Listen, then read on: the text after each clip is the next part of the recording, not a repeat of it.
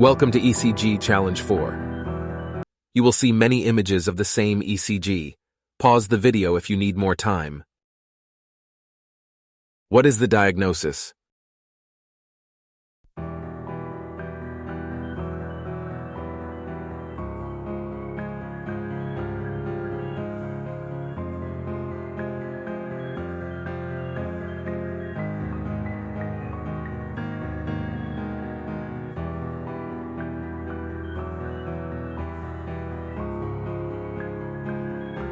Correct answer is ST elevation myocardial infarction.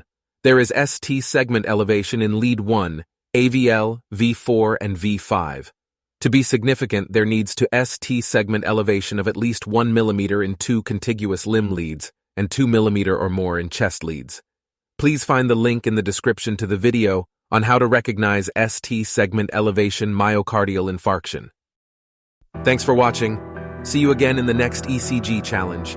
Till then, take care and goodbye.